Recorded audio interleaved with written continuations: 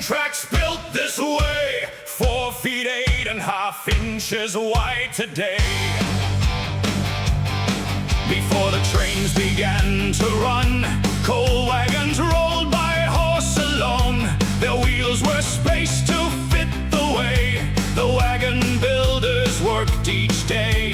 In 1825 came a line when George Stephenson used that design.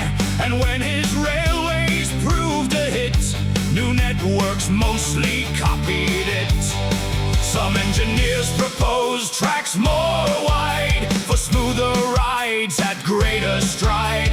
But trains could not move line to line if every railway chose its own design. In Australia's 1800s heyday, it learned this lesson the hard way. Each colony chose its gauge alone, rather than build to one well-known. When borders met, the trains would stop as freight and passengers were swapped.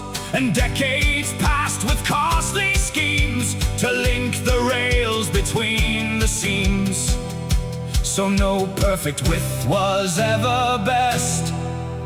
It won because it matched the rest.